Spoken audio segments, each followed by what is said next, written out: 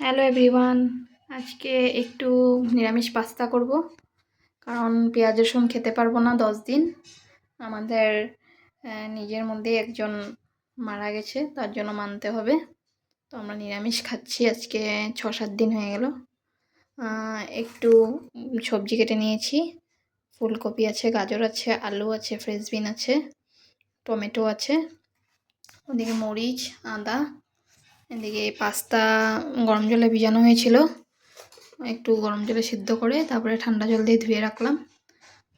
এখন বানাবো, দেখতে থাকো কীভাবে বানাই।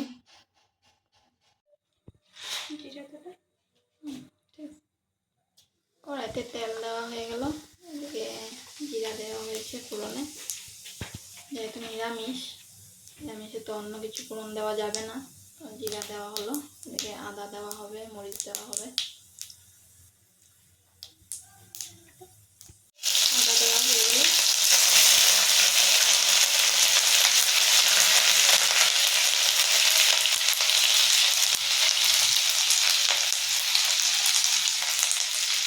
একটু অল্প হলুদ,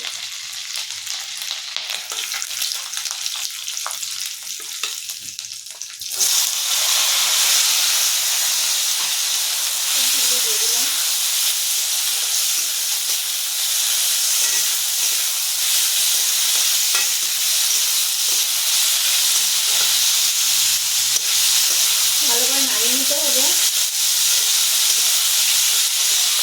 মশলা লাগবে না সবজির গায়ে, মশলাটা সেরকম কিছু দেওয়া হয়নি, অল্প হলুদই দেওয়া হয়েছে আপনাদের মধ্যে।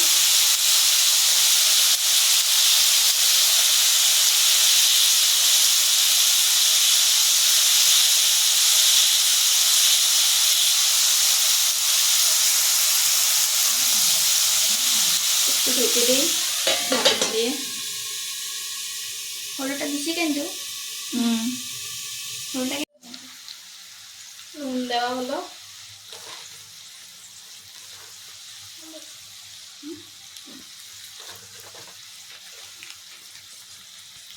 নাড়িয়ে নেওয়া হচ্ছে। এখনো সেদ্ধ হয়নি তরকারিগুলো। টমেটোটা দিয়ে দেওয়া হলো, কাঁচা লঙ্কা,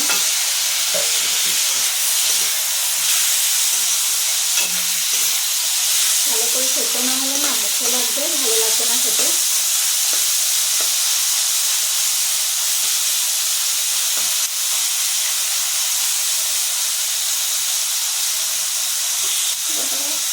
দিয়ে দিলাম অল্প জিরে গুঁড়ো, ধনে গুঁড়ো দেওয়া হলো,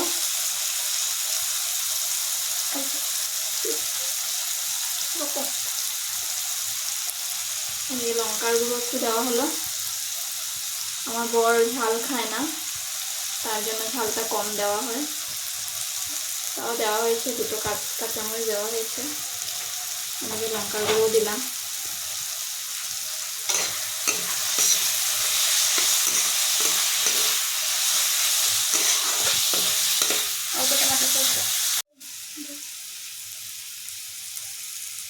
টমেটো সস একটু দেওয়া হলো।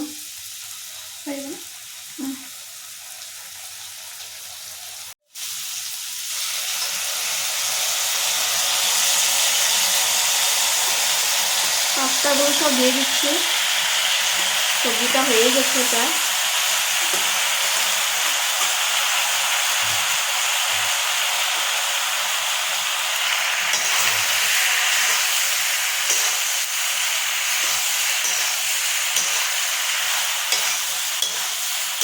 ভালো করে নাড়িয়ে মিশিয়ে নিচ্ছি।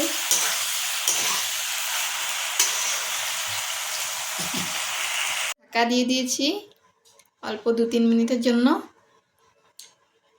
রেডি হয়ে গেছে পাস্তা, বরের জন্য রেখে দিয়েছি আলাদা করে। ওটাতে ঝাল নেই, অত ঝাল খায় না, তার জন্য আমার তো খুব ঝাল খেতে ইচ্ছা, তার জন্য অল্প ঝাল দিয়েছি। ঝাল দিয়ে নাড়িয়ে নিচ্ছি। ঠান্ডার মধ্যে একটু ঝাল খেতে ভালো লাগে, ঝাল খেতে ভালোবাসে না বা খেতে পারে না, ওর জন্য আলাদা করে রাখলাম। আমার পাস্তা রেডি, দেখি খেয়ে কেমন হয়েছে। হয়ে গেছে, আমি খাচ্ছি। একটু সস দিয়ে নিয়েছি, তোমরা বানিয়ে দেখো এরকম করে, ভালোই লাগবে খেতে। ঢালিনি। ভেজে তো আর দেওয়া যাবে না ননভেজের কিছু, ভেজ দিয়ে ভালোই হয়। ভেজ জিনিস মানে জিরা, এদিকে আদা মরিচ দিয়ে। ঠিক আছে, আজকে ব্লগটা আমি এখানে শেষ করলাম। আবার আরেকটা ব্লগে দেখা হবে তোমাদের সাথে। Good night.